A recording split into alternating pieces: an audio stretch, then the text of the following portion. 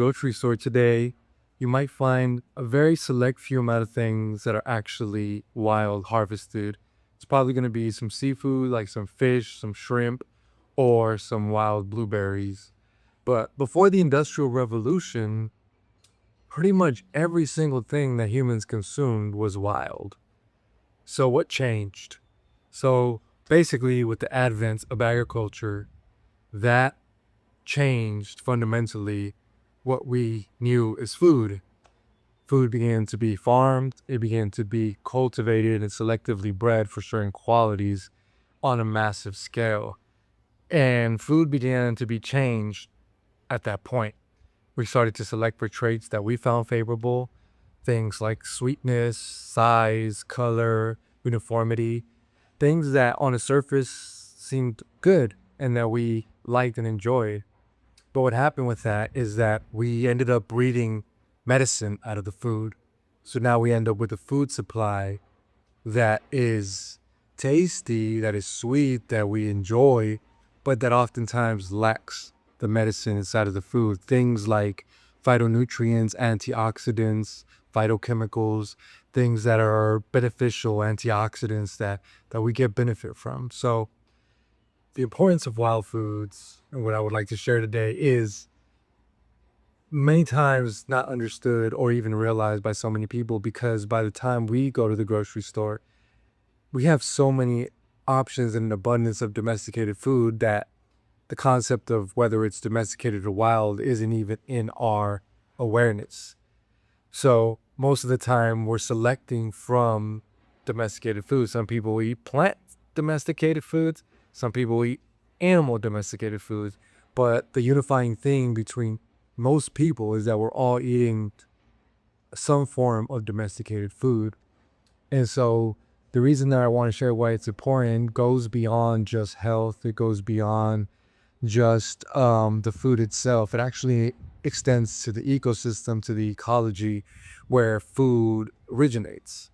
So if you look at the foods that are most popular, the animals that are most abundant and numerous on planet Earth today, they're going to be things that people and humans consume on a regular basis. So the most numerous animals and mammals are pigs, cows, um, and things like goats, sheep, things that humans have a vested interest in preserving. And so anything that humans rely on for sustenance, for material, for any sort of resource is inevitably multiplied. And we see that in the statistics on not just agriculture and what we use for food, but also what we use for materials like twine, things like that, silk, things of that nature. So my proposition with wild built and with wild foods in general is that if we continue to encourage and involve ourselves more with wild foods, we have a vested interest in seeing these things grow, seeing these things preserve. And so if we can apply that to domesticated foods, we can apply that to wild foods. Why? Because everything used to be wild at some point. Not too long ago in human history did we deviate away from exclusively wild foods, from eating seasonal, eating with the seasons, eating what was available locally to our ecology. So it has been done, and it's actually been the norm for most of human history. So if we can understand that we can understand that this same approach can be applied to wild foods. We just haven't had a demand for wild foods because most of our consumption has been coming from domesticated foods. But wild foods often are much more nutritious. They're much more ecologically friendly when it's done sustainably, because if you think about what a domesticated plant is, it's literally a organism that requires human intervention to survive. So without human intervention, these organisms do not exist. They aren't able to exist in the wild to proliferate and regenerate, you know, year after year. They basically require human intervention, and not just human intervention, but a lot of times chemical intervention, chemical fertilizers, all these things that we know that have negative repercussions, right? That is damaging human health in the modern world, because if you think about it, they've never existed. Not only are they synthetic, but they've been created, and we basically mess with the food supply to such a degree that on the outside it looks like everything's fine, but there's so much byproduct of that is causing negative effect not just on human health, but on the animal ecological front and on the planetary front.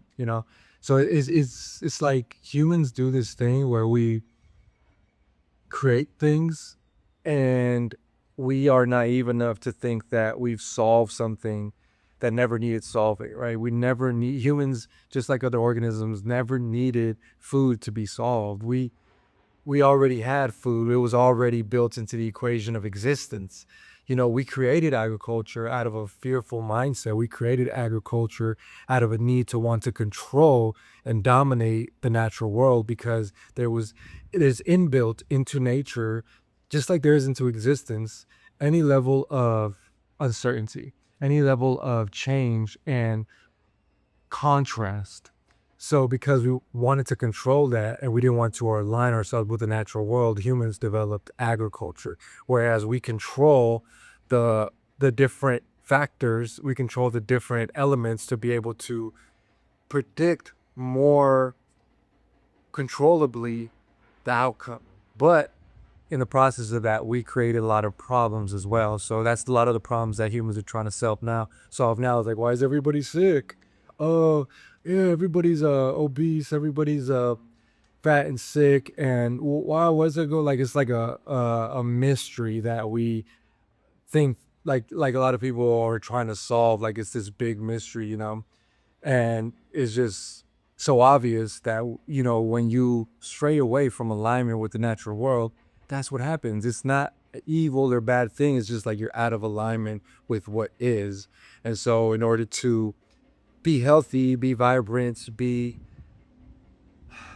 in alignment, like you have to get into alignment with the natural world, the natural cycles, and you have to be in tune with that. The more you go towards that, the more you experience health, the more you experience peace, the more you experience a life that you enjoy. And the more you get away from that, the less you experience that. So it's just so fundamental to our existence, because we're organisms just like every other organism, whether it be an animal or a plant or a mushroom, whatever it is. The organisms that thrive and that are the strongest are the ones that have an experience alignment with nature.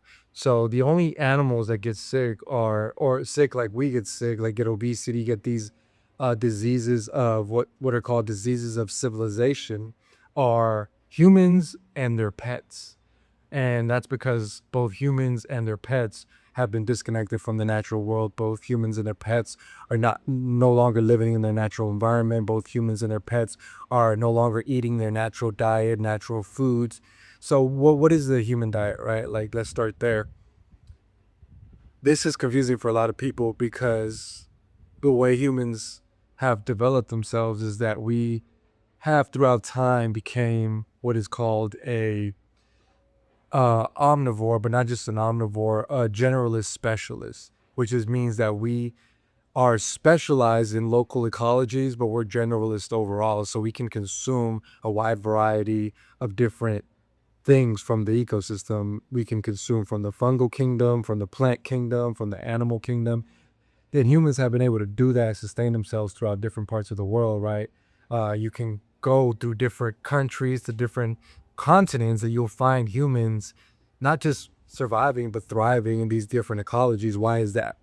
Because we've been able to adapt. We've been able to make use of what the ecology has to offer.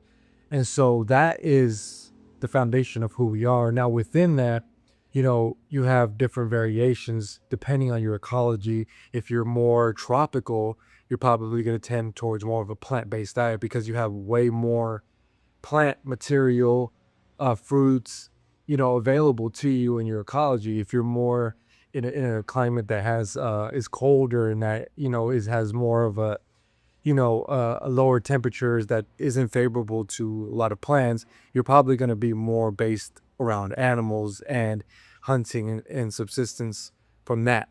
So it just depends on your ecology and where you're at. But the universal thing that connects all humans is that we have the capacity to adapt and be generalists, specialists wherever we find ourselves. So that's why I'm not like carnivore. I play with these different things, plant-based carnivore, but at the end of the day, I understand that we have the capacity to make use and survive and thrive in all these different ecologies. So the beautiful thing about that is that wild foods are found everywhere, you know.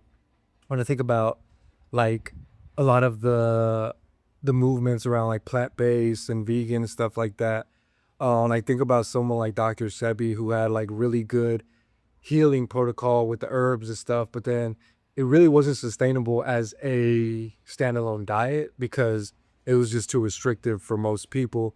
And essentially what he was talking about was wild foods. He just didn't say wild foods. He actually named it the inverse, which is non-hybridized foods, which is essentially foods that have been changed from their wild origin. So, but what I'm bringing is like, oh, it's not just about the herbs. It's like you need something of substance. You need the animal foods, you need the meat, you need the different, you know, components that are actually s- nourishing and sustainable long term, not just for a season, not just for a couple months, but for, you know, your life. And also, we got to ask the question like, hey, can you reproduce humans with this diet?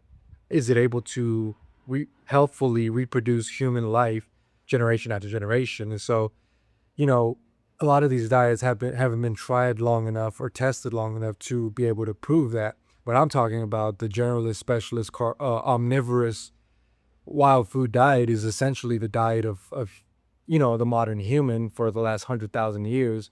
So it's only been in the last really 10,000 years, and then in the last 100 years before that, that really screwed everything up. You know, the Industrial Revolution, the processing of industrial processing of foods really wreaked havoc on the human organism and the planet too. But that's just a byproduct. You know, it's just like one bad thing, domino after the other. So it's like, what's the solution? Well, we can start with the food supply and getting back to having a demand for what has been and what is original. And so for me, that's wild foods. And I see that as the clearest path to demanding and having a clear call to action for people to reconnect back to the ecology. Because one of the things that really struck me when I woke up or when I had my awakening is like I didn't really realize where food came from. I didn't ever thought about like, okay, what is bread made out of? Right? Like something so simple was so out of my grasp. It was like, well, I know I buy this at the store, but before that, where does it come from? What ingredients make up this thing called a loaf of bread? And you know, I just realized I was disconnected from the origin of where things originated. So I think that had a lot to do with my tracing back to nature. Is like, okay, where did this food come from? Okay, where does that grow? Okay, they farm that, but before that, where did they get that? Where did that originally come from? Oh, okay, it originated from this part of the world. Okay, well, what did it look like before they? Oh, okay, like so. Then I start to get a clearer picture of what humans have done, and then understand that that change coincides with the changes in our health, with the changes in our ecology, our relationship to the land, our relationship to the earth, and then all these things that are happening as a byproduct of being disconnected, which ultimately comes to the modern world of humans just kind of living in this matrix of misunderstanding, of lack of connection, lack of community. It's like it's all been this downward spiral, this domino effect that just started from just changing how we related to food and the food supply, really. Like without agriculture, you don't get civilization, you don't get slavery, you don't get diseases of civilization, you don't get all these things that will, you know, we experience. It's just all starts from this Pandora's box, which was basically thinking that we could outsmart nature and the hundreds of thousands of years of coevolution with the ecology. So long story short, like that's just that's just the basis of where we're at, you know. And I think wild foods is kind of a natural step in the right direction to align ourselves back with nature through reconnecting. Like where does like something like wild rice, right? Like which is something I've been learning about the industry and some of the things that are particular to just wild rice and the history of how it's been cultivated and used throughout not just the States, but Canada and these different places. So yeah, something like that. Like, where does that come from, right? Like, and learning about wild rice and like this is different than the white rice. Like everybody eats white rice. Nobody ever questions white rice. It's just like, where does that come from? But you look at deeper into it, it's like this is not even the same plant. This is not even the same species. This is like a whole different thing, and like how did that get to that? Like, and then finding out like the wild version of whatever white rice is now, it's like doesn't even exist. It's kind of been bred or just, you know, um domesticated out of existence. So we do have some species that are still wild. If you go to North America, you have three species specifically that are wild. You have Zizania palustris, which is found in the Great Lakes region. You have Zizania aquatica, which is found like in Florida. It's a little more south. Zizania palustris is actually still found in all the way to Idaho, to the west.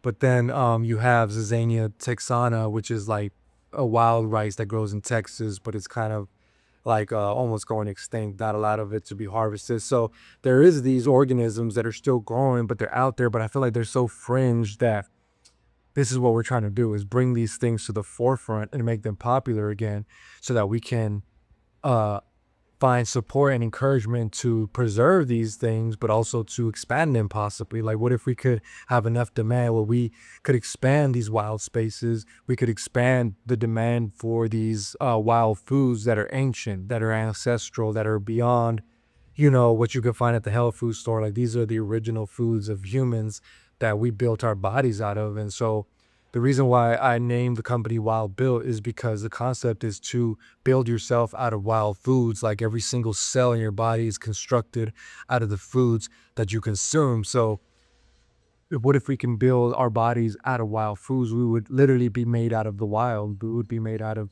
nature, not a farm or domesticated greenhouse or somebody. No, like literally constructing your body out of the wild. And I think that's a pretty lofty goal, but I think it's something to aim at, and it's something to tangible that we can begin to do. Is like, hey, what if we just included a little bit of wild foods in our diet?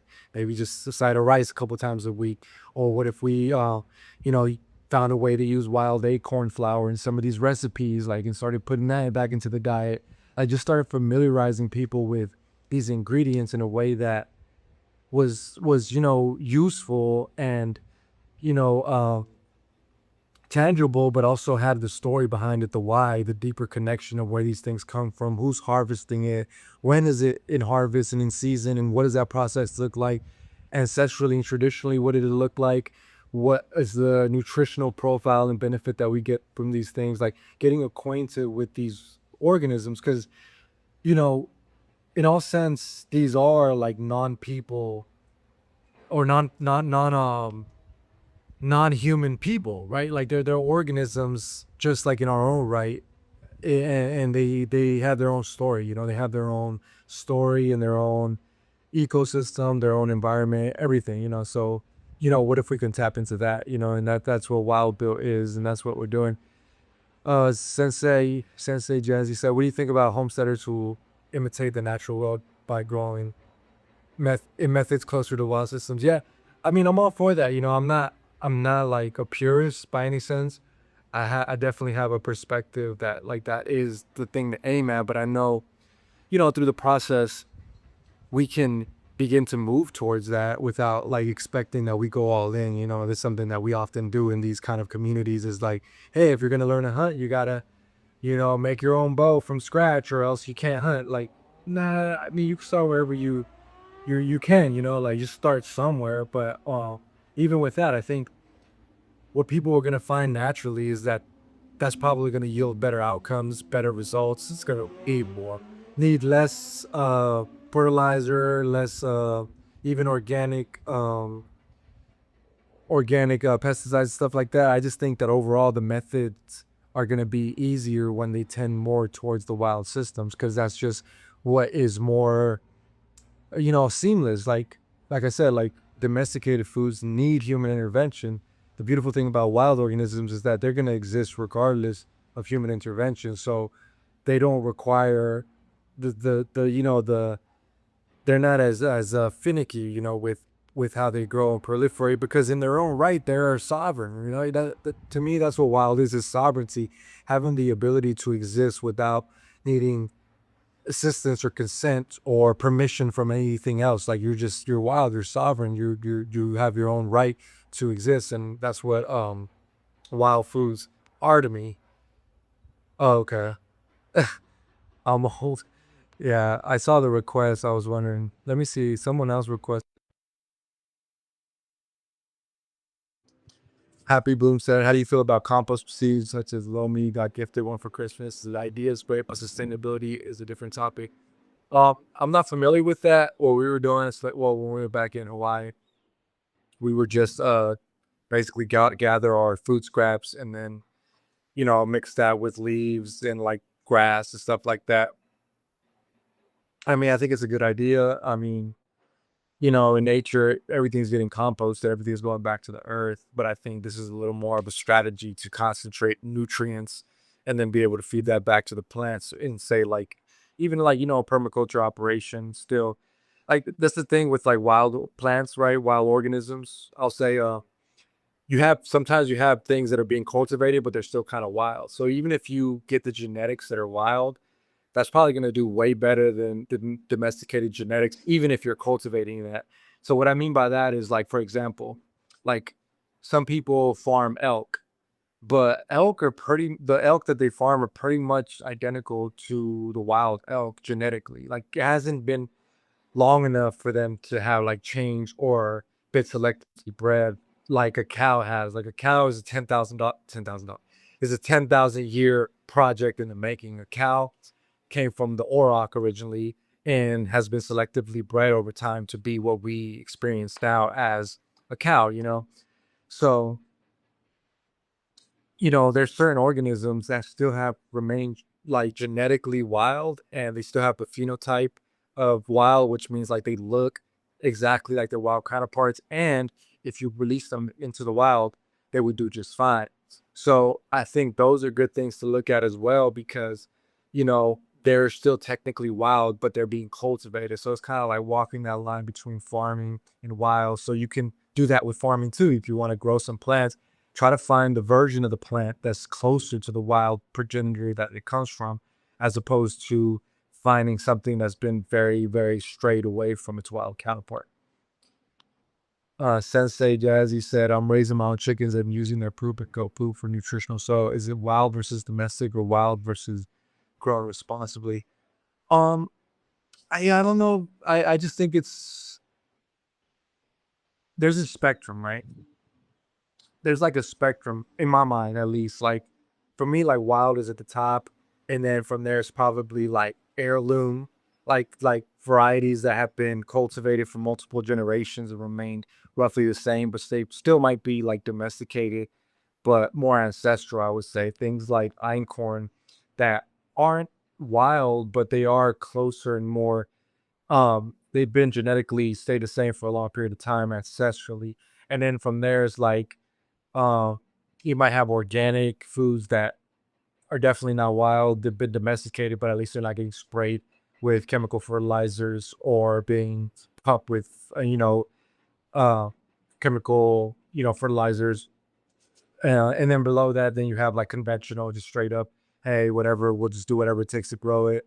And then, at the bottom of that is like, oh, just genetically modified, isolated in the laboratory genetic material, and then spliced with other organisms to create like mutants, and then putting that and growing that out. So that's kind of the spectrum. So it's like however you can get close to wild, I think that that's the goal. It's not like a good, this is good, that's bad, don't do this, only do that. It's like how how close can we get to the spectrum? So even with wild built, like what I'm looking for ingredients or things that we can potentially offer is like I'm always wanting to go towards the wild part. And then when we can't find that in the wild, maybe we find the heirloom variety, and then maybe we find organic. But then there's like this barrier where we don't want to go below. Like we don't want to go below, organic and and be conventional. We definitely don't want to go to below conventional and like offer genetically modified goop to people. I just don't think that that's aligned with the mission. Is definitely not aligned with the mission, but it's also not aligned with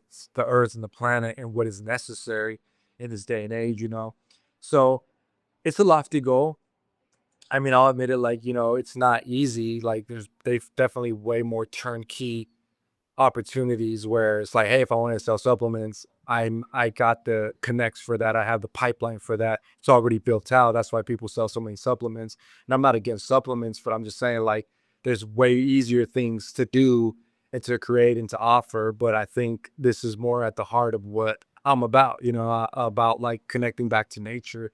And I think that food and nourishment is a great gateway because it's literally what we build our body out of, but it's also story behind it and a legacy behind it that we connect to and enlighten one another as to where these things come from and why they're so valuable. Try to say, Jazzy asked, where are these wild spaces that the food can be sourced from? I'm down. Yeah, I mean, they exist everywhere. Like, and that's the beauty of it. And that's what I've realized throughout my life too, in my short time of exploring this reality of wild foods. Is like, hey, you can go in pretty much every ecology. There's going to be some sort of wild foods. Just like now, it might depend on your familiarity with it and how far you're willing to go. But when I was in Hawaii, like, hey, we were hunting wild pigs. If you go to the ocean, you're fishing for wild fish. If you go to the mountain, you're getting some wild berries. And so there's a version of that that exists wherever you guys listening are. If in North America, there's berries, wild berries, and especially the northern regions of the country. Um, you got all kinds of wild game. So it's just like mushrooms, wild mushrooms. I think it's everywhere, and a good place to start, I would say, is with just the common weeds. A lot of the common weeds are essentially wild plants, that we really can't stop from proliferating because that's just how strong they are. Things like nettles and dandelions and stuff like that. That's a good place to start because they're just so ubiquitous, and also they can be found, pretty much on every where humans are found. So if you start there, and then if you really want to go onto the land, like a lot of these wild parks, these nature reserves, are places where a lot of these organisms live at. Obviously, you want to look into the sustainability and how it's done. I know that's a big issue, but you know, you can start to build that relationship in one way or another. But it's something that you kind of have to like do research yourself. Like we will be sharing, you know, information along the way in terms of what we're offering and other organisms stuff and where to find that in the future. But if you're interested now, I would just look into the nature reserves in your area and seeing, what grows there. And then just taking a little bit, like, just not, it doesn't have to be like a huge harvest, but I think just even sitting with the plant and just even identifying it, that's it. That's the big thing for me is like, can you even identify what's in the landscape, like I like to just go out and look at the trees. I'll be looking like, what is that on the tree? Like it looks like a pod. I wonder if that's an edible pod. I wonder if that's like related to tamarind. I wonder if, it's a bean in there. Like I just get curious, I get curious about the different plants and the different organisms. And, I allow that curiosity to lead me to where it leads me, whether it's like, hey, researching this plant and then finding out it is edible or finding out it's medicinal or finding out whatever. That's how I like to do it. I just like to go out there and get curious. Yeah. So yeah, I mean, if you've been thinking about wild foods, if you've heard about wild foods, if you've, been contemplating going out to the land, I really recommend it because, like I said, there's so many benefits, not just on a physical level to the human body, but I think humans are hungry and in need of that connection back to the wild. And the easiest way to do that is through nourishment and what we put into our body. Everybody's eating, and if you can just source some of your ingredients from the wild and have that relationship with where these things come from, I think that could be really mutually beneficial, not just for you, but for the earth. Like the earth is missing humans, like sometimes I'll wake up and I'll be like, man, like almost like this thought comes of like, I'm sorry, Earth. I'm sorry that we disconnected. Like we'll be back. Like it's almost like we're gonna get it. Like we'll be back. It's just like we're doing this thing called whatever you want to call it, this experiment, but we'll be back. We have to. Like there's no alternative because the alternative is like non-existence, and extinction. So I believe humans will be back, and I know the Earth will be ready and there for humans whenever they're ready to participate and be part of the circle of life. Be part of the ecology, be part of that connection and that relationship once again. So whatever I can do to facilitate that or bring some sort of attention or desire to that to people is like that's what we're here for. So yeah, right now, if anybody's interested or listening, like I'm just trying to build up the email list to 100 people. If I can get 100 people to show interest in Wild Built and what we're offering, then I think we'd be ready to launch our first product. But I first want to make sure that there's at least 100 people that are interested, so that we can reach that milestone and make that first move of offering our first product. Because until then, it's kind of just a page, just a website, but that's really what's going to make it real. So, if you're interested in wild foods in any way, don't just sign up just because just because I'm saying it. Like, if you're actually interested, if you're actually wanting to get some of these products, like the wildflower honey, like the wild rice, like the wild acorn, pancakes that we're doing, then you have to go to wildbuild.com and join the wait list. And I really appreciate that if you are interested, because that's going to let me know what kind of demand is there. And I'm obviously going to keep going with this, but I just would like to get like some early feedback on what that looks like as far as the audience. But yeah, thank you guys for tuning in. Find some wild foods, even if you just go to the grocery store, get you some wild blueberries. When in doubt, choose wild. And that's the message for the day. All right, y'all, thank you for tuning in. Stay balanced.